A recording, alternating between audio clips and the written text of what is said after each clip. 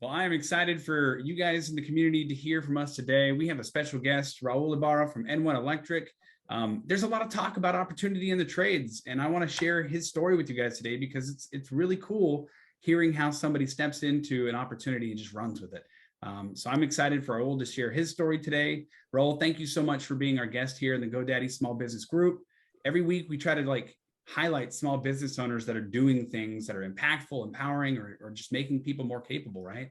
And so I appreciate you for taking your time out because we know right now that the construction trades are really, really busy. They're slammed, right? Labor shortage and opportunity, right? I want to hear a little bit about your origin story, if you don't mind. One of the things that we love doing here, and I want to introduce you to Rachel too before we get started, because she's part of the GoDaddy community team and she's helped kind of lead this initiative. What we want to do is just express community, right? And everything you do is community. And I love your origin story because everything that you've done has been based on the strength of your community and the people you have relationships with. Yeah. Hey, Raul, as I mentioned, I'm in California. I've been with GoDaddy now for over 6 years, and I manage community experiences. So that includes a lot of opportunities for our customers to connect and learn and grow for their businesses. I feel very strongly that it's my privilege to meet people like you and talk with you to hear what's going on with your businesses. How can we help, and how can we connect you with other people to make you stronger? And very appreciative of Adam moderating these conversations and leading the charge in connection with connectivity and small businesses. So really looking forward to hearing more about your story. That's where it's at, and thanks for having me. Thank you, Rachel and Adam. So N1 Electric, what do we stand for is in the construction side, we're an electrical contractor, and we focus on multifamily services. And in this time, just like Adam was mentioning, it's hard times for everyone in the industry. Labor, material shortage. It's been a little out of hand of what we're really used to, but trying to keep track and trying to stay to comply with all of the jobs and just in general overall with the company, the employees, and maintaining a focus, right? Not letting that put us aside, as in the labor shortage and material. We're just a lot of communication with our suppliers, with our team of N1 Electric. That's how we've been able to keep afloat, man. We have great relationships outdoors here in Arizona, Tucson, where we're from, with a lot of manpower,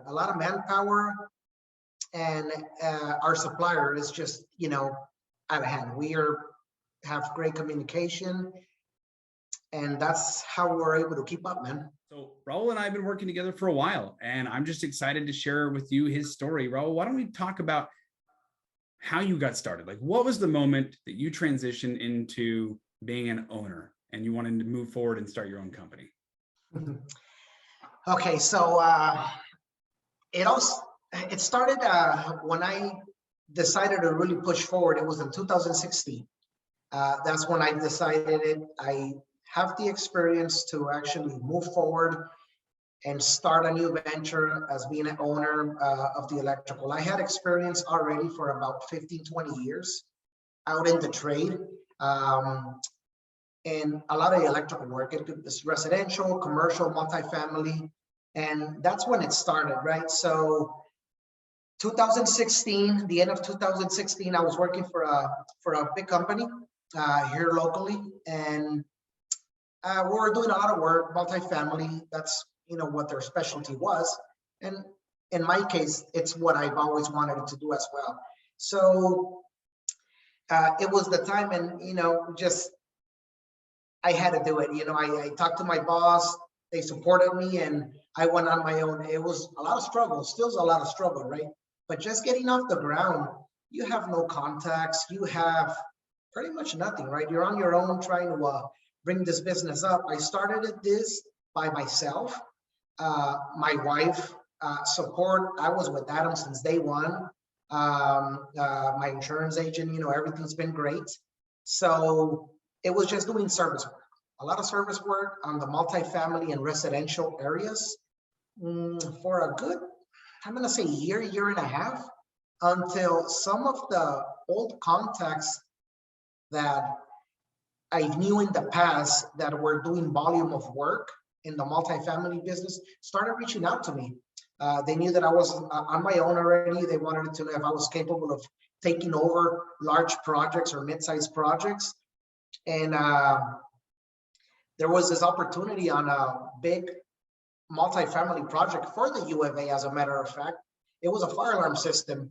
And I just, talked to my wife. I, got her up with some of the people that I knew, supported me, and I took on that venture. That's how it started, man.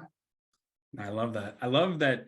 Number one, you talk about opportunity and you had to do it, right? And there's tons of opportunity in the trades, and I want to get to that, but you had the experience with a team of people in your industry, and you had a boss who supported you, right? That we don't hear that very often in a lot of industries. Like, people don't want to train up their competition. But obviously you had a lot of respect, from them. And obviously you had respect for your boss by coming to them and saying, hey, I need to do this for myself. And your community has only grown, right? It started with you and your wife, right? And sometimes it's how we start business. That's our community, is our family. And then we reach out, and then people, they see the energy and they see the excitement and they see what you're doing. And even the people that you thought you had left behind and these old relationships come out of the woodwork and they want to support you. And obviously it's paid, tenfold for you. So, I love that. Tell us a little bit about, the opportunity in the trades. What do you see for the future? Obviously, we just had this big infrastructure deal come through, and there's a lot of things coming down the pike. Do you think there's opportunity for people to start owning their own business in the trades? Oh, there's plenty of opportunity. There is going to be a lot of goods and bads, just like life is. But whoever is ready to take on that challenge, I support it 100%. There's been some of my employees that have asked me some questions regarding, hey man, what's the process of starting your own electrical business? It's small size. To be honest with you, give him all the information that I have and the experience that I went through, getting my license, getting all the little information and little details that you don't expect when you own the business. So 100% thumbs up for them, and all of the support from me and any job. So that's what I think. They should be able to do it. And it's great times right now. Yeah, I love the way that you approach things with transparency and trust. I think that your employees and your workforce is probably the core of your community. And if they're asking those questions and you told them that you're not interested in helping them, or you avoid the question, well, they might start having an abrasive relationship with you, right? But you offering them the opportunity to grow and learn and gain that experience, just like you did, is paying it forward. And I'm sure that a lot of them are loyal to you for so much longer than most would be if it was the opposite, right? So I love that where you start is by leading through example and then giving people that opportunity for experience. And I think for so many of us, that's where we start in business, right? We go into these jobs and we get a little bit of experience, and then we find something that we really like, we really want to run with. And so we really drive this passion, this need to grow. And honestly, some of us really need to grow out of our own space, right? We need to start our own businesses. It's just the mentality or the passion we have. And there's nothing wrong with that. And I love that that's, kind of how you've done things. So kind of taking that, it's a double-edged sword. What are some pitfalls or some things to avoid, I guess, as an employee or somebody that's looking to open their own business in the trades? Oh man, some of the pitfalls. So first of all, the main one is go for it, right? Go for it. Don't be scared because there's going to be many of them. I could say the hardest thing of trying to keep up, it's depending on the actual business, but in this construction one, it would be a lot of the cash flow, right? How you actually manage your money so that you could keep afloat every week or every month, depending on how you do with your bills. It could be a one-man shop, it could be 100-man shop. It's all how you take care of that money. So that's like the number one pitfall that we could commit, right? Either we spend too much or we save. Yeah, I love that you've offered that piece right there, because so many of us are, number one, just afraid, right, to take the next step. And I think fear goes both ways. Fear in you losing your key men and your key players in your business, right? But obviously you, Scary. yeah, it's scary, but you've done right by them and embracing them. And I'm sure that it's paid off for you more than you know, because they're talking to your local community and they're helping bolster that respect, that trust. And then vice versa for somebody that's taking off on their own, man, wearing all those hats. Like we talked last week about wearing all the hats and having to put things in place to help guide you. And technology is one thing, but you've got to have the people too, right? Business is it's a people game. If you don't have the right people in place and the right trust, you can't continue to grow, and you can't serve your community or your needs. No, you're correct, man. It's all about the people that you have as employees, and as office team. We just hired a new project manager, just right off the bat, to start, taking over some of those projects. And I got the people from the office and just right in front of them, I told them, we don't compete, we don't fight, we are a team. You, project number one and project number two, are not competing. If there's any problems to solve, you guys help each other.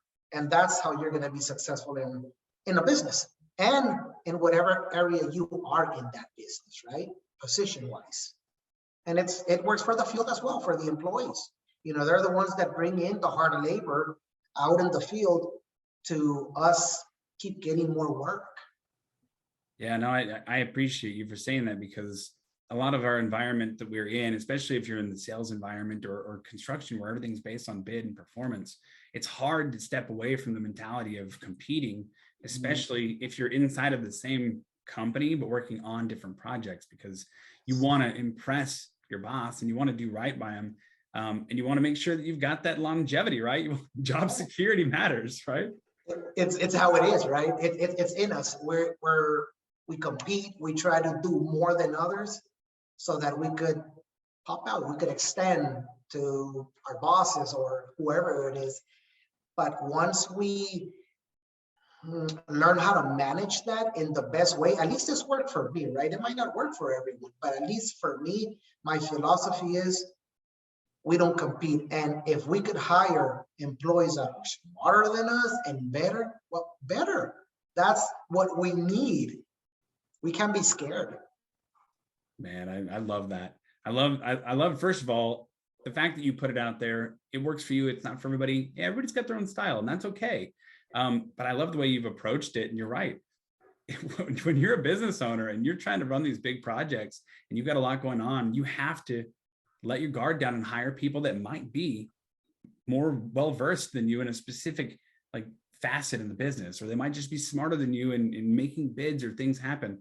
And that's okay, because rising tide rises all ships. If you're all in there working together, everybody's going to be successful, and business is going to have success, hopefully, for the long run. I mean, we've talked at length about this. Multi-generational businesses really are an opportunity that we have that's possible for so many of us. And I love the trades, because I feel like I see so many families that grow up in it and then take up the mantle and then move to the next generation and the next generation. So, I know that that's probably what your aim is for, and your employees are like your family.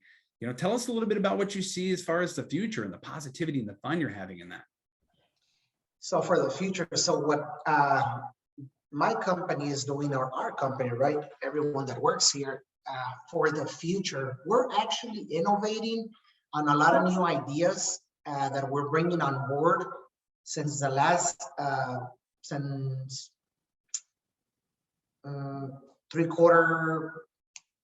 last year, pretty much the third quarter. We started talking with some engineers, some architects, and just in general, field foremen, right? And we're trying to not fix, but we're trying to help this company and overall the electrical businesses around here and the general contractors. So what we're doing is we want to start bringing in some, I'm going to say some apprentices, some younger apprentices. It could be women, it could be men, 18, 19, 20 years of age, right? The new generations, was just the X, the Z, that don't really want to come back and work in the construction field. So what we're doing, we're implementing a new system of installation. It's basic of what we've been taught since, construction's been the same since the 1900s. It's just innovating on applications, softwares, stuff like that. But the installation and the application, it's about the same concept. So what we're doing is we developed with this group a new system, and we're mixing several different electrical ideas in the commercial side and the residential side, so that we could make a better and quicker electrical installation in the multifamily business. We're prefabricating a lot of components. We're prefabricating assemblies, fixtures. So we, thank God, we were able to actually build our own shop. So besides the office, we now have our own shop. We have a couple of employees working there prefabricating, and these employees are apprentices. So they're learning how to build these new assemblies, this prefabrication that we're doing here, sending it out to the field, already tested, already QC'd by us. So what they're doing is now they're getting the prefabrication process to the team for them. Once they're ready, after a couple of months, we send them out to the field to be installers of what they're prefabricating. So that's how we're working on the future, to be able to bring in the new generation, man. That's my hope. That's our hope for the company, to start getting this going pretty quick, man. We're actually progressing really good, and hopefully in the next 6 months, we're fully ready and start applying everything that we've been working hard for. Future-wise, a lot of work coming, and there's enough. No, I love it. I love that you're innovating in a creative fashion by bringing perspectives from all walks of life, right? People in the old generations and new generations, and foremen who understand the need to get things done quickly and have efficiencies. And you're taking all of that and you're surveying them, and you're looking like, hey, where's there a gap? Where is there a way I can impact not just my business, but the industry overall? And the industry. Yeah, and I love it. I think that it's a way to not only entice young talent and people that really might overlook the trades as a valuable opportunity, but it's more than that. It's excitement. So many people think that the trades are just pick up a hammer and hit a nail, right? But there's so much involved in it. There's so many different levels of engineering and manufacturing and leadership and design and creativity. I love the fact that people in your industry, especially in the electrical industry, can be creative. One of my first jobs right out of high school, I built a power plant in the middle of nowhere, Arizona, and it was an alternative energy power plant. And I learned a ridiculous amount about electrical wiring and about safety and protocols and how to do things a lot faster with a team. And it was wild, because just like what you're saying now, we had these guys that showed up with trucks, and they had prefabricated, cable trays that were already built to just be perfectly snapped in all the way around. Like somebody had gone and designed it on AutoCAD probably, and it came out, and it was so much easier than if we were up there and we were having to manhandle it and twist it and, put it into place. So I love that.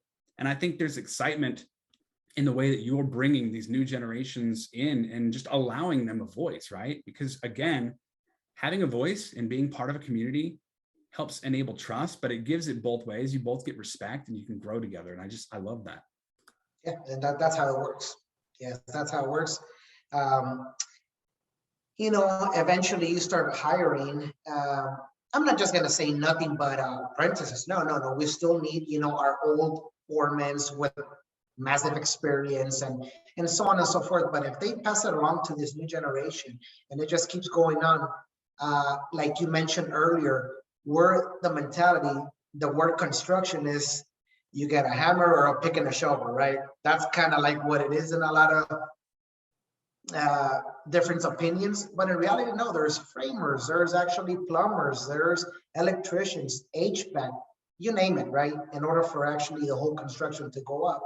A lot of what I see is a lot of the actual contractors are coming up with these new ideas, working with engineers or with architects that are involved in that system to be creating, the prefabrication process, or in general, the blueprints, anything. So it's pretty fun. I love it. I think it's a lot of fun. And I think for me personally, I think there's a lot of excitement when you see an idea that you put into play come to fruition and just see it work and work well. And then you realize like, whoa, like I did that. I made that change. I made that opportunity happen. And I appreciate you for doing that with your employees and your workforce and allowing people the space to be creative. And I want to kind of shift gears on that conversation.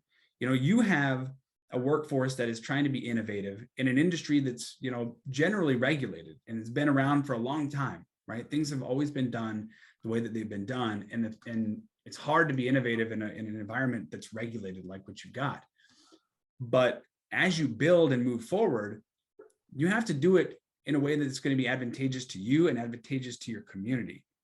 So talk to me about relationships, right? Obviously, the last 2 years have been up and down and ebb and flow. We've had labor shortage and construction material shortage and the inflation risk and all this stuff.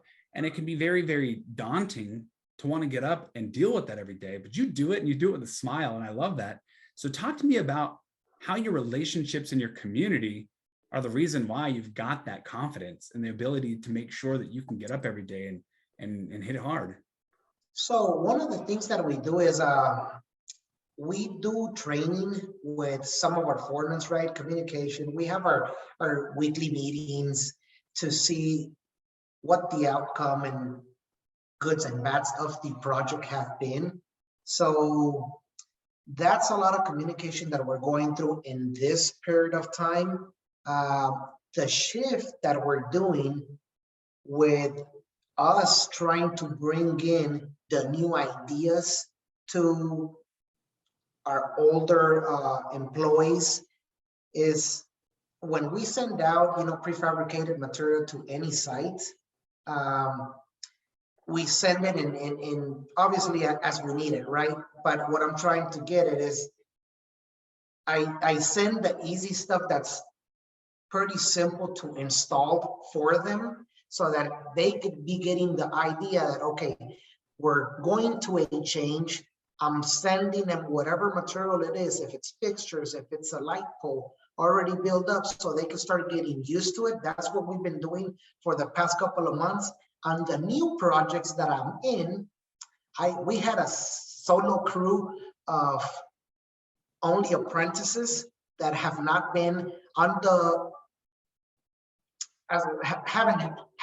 have not had a lot of electrical experience. So we trained them on how to be doing the full installations of the full prefabrication. So that's what I'm doing, right? I'm training these new guys on the new projects of the new installations. And once these guys are ready, I'm gonna mix them together. So old guys will put in the new ideas. The new guys are gonna show them the new ideas and they're gonna start just mixing each other. It's still gonna take some time, but it has to happen. So that's how we're trying to change and switch from this to that, right? We got to kind of mix it. Yeah, blending is difficult with employees in different perspectives, but even more so, I mean, I like the way that you've done that because it's really a balance. You're respecting the experience of your older generation that's been around for a while, and then they probably like the way they've always done things, right? Oh yeah. And it might be a little bit abrasive to just throw something at them and say, hey, line in the sand, this is the new way we're doing it, take it or leave it, right? And you don't want to lose that amazing workforce you've got. But at the same token, you've got this new generation and these kids that are ready to just learn whatever it is you're going to teach them. Mm-hmm. So I love the way that you've balanced both of those to respect their positions and respect them as community members and players in your business ecosystem. Yeah, well, they're the key man. They're the key people of the company. I can't just say, you know what, no, we're changing to a new installation. You guys don't have a job anymore. No, it'll never work like that because their experience is too valuable, right? So at one point, it might take a year, it might take 6 months, maybe it'll take 2 years for this company to actually mix everything together. But when it happens, when it's all fully going, it's the sky's the limit, you know.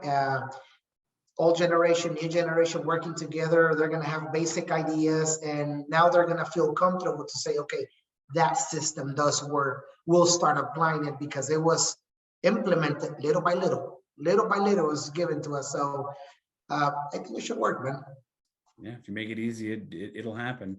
You know, and one of the things I love that you've leaned on this entire discussion, and I know we're getting to the top of our hour and I want to open it up for comments and kudos, but before we move into that, you've talked a lot about communication, right? How to handle communication with your leadership team, with competing teams inside of your own company, with new and old generation. So a lot of this is really driven on communication. And every single person we interact with is more than just them. And I think that's important for people to see, especially when you're getting into the business of the trades. When you land a project and you do right by people, word spreads and opportunity comes. And every single person in your team knows hundreds of people, right? Every single person, the average person knows hundreds of people, whether it be direct or indirect or just, you know, affiliated with them or whatever. That's an opportunity for you. When you take care of the new and the old generation and they're feeling like you're taking care and doing right by them, and a project goes well, they want to brag about it. And if they're bragging about it, your opportunities are going to come back from your local community. And I love small business for that, because you can raise up your local community. You can get these kids that'll show up at 19 and 20 years old that may not have thought they had an opportunity, and you can pay them a living wage that's respectable. You can teach them a trade that's amazing, that they can work with their hands and feel like they're doing something. And then at the same time, yeah, you're watching the physical development of your community be raised up. And I love that. I love that. So I wanted to appreciate you for your style and your approach on how you lead with communication, Raul. Oh, no, I really appreciate it. It's been, since I started, one of my main focuses, even when I was by myself, me and my wife. And then Cruz came aboard, right? He was a second member that came aboard, and you know him as well. It's just been communication. It's been a struggle, right? But it's something that once we learn how to actually cope with it and manage it, it works pretty good. It works really good, actually.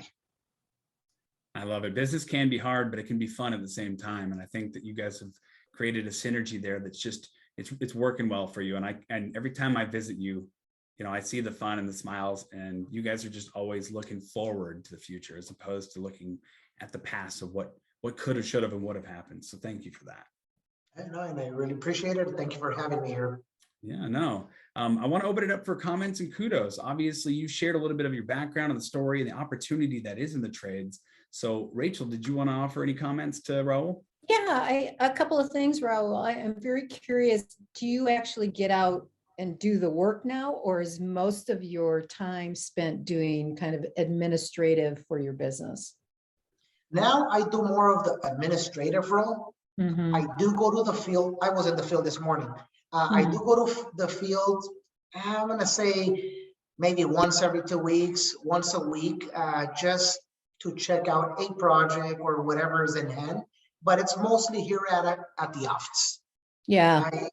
I do communication. I do all my bids. I do negotiations on jobs.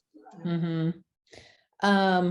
So a couple of things that I really like that you said. I love your apprentice program. I think that is really important to give people opportunity and do it in a way that's innovative and modern, right? So, you know, younger people coming in and going, wow, this is actually kind of cool. Like, we're using new types of software. And so I think that's really neat, because, you know, not everybody wants to go the path of education, and there's a lot of people like the kind of the work that you do, in the sense of freedom and being outside, or being able to be with a small crew of people working. I'm sure your business has been very busy in the last couple of years, which is super great. How is most of your business generated through word of mouth in your community? It's mostly word of mouth, but it's word of mouth with the general contractors. And Also, the reputation that that company has gained. You know, we get invitations from different general contractors, and that's how it is. It's basically of the work that we produce and how they associate with each other, general contractors as well. Yeah. I think one thing I would encourage you, because as we were talking, I actually looked to see if you had reviews online. I would encourage you to ask some of your people who you've done work for to actually review you, so that the work that you do is reflected online, that if people look you up, it's like, oh wow, he's got like all these reviews and everybody says really great stuff about you, and your reviews that are online does reflect good work that you've done. But I would encourage you to do that as a business owner. I will. We will keep that in mind. Thank you. Now, I appreciate you for sharing your story today. I think that it's so impactful to just see that there is excitement in the opportunity ahead. I mean, we've all spent the last, like I said, 9 months, a year listening to this infrastructure bill that's supposed to have passed, and then it finally did. And yeah, it might be for bridges and highways, but you know what?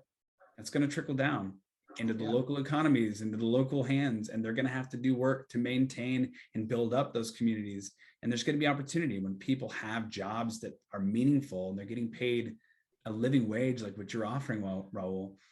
The community rises together, man. So I appreciate you for that. And I love your story. Thank you so much for jumping on with us today and just kind of sharing a little bit about yourself and a lot about how you're seeing opportunity for tomorrow. Yeah, thanks so much, Raul.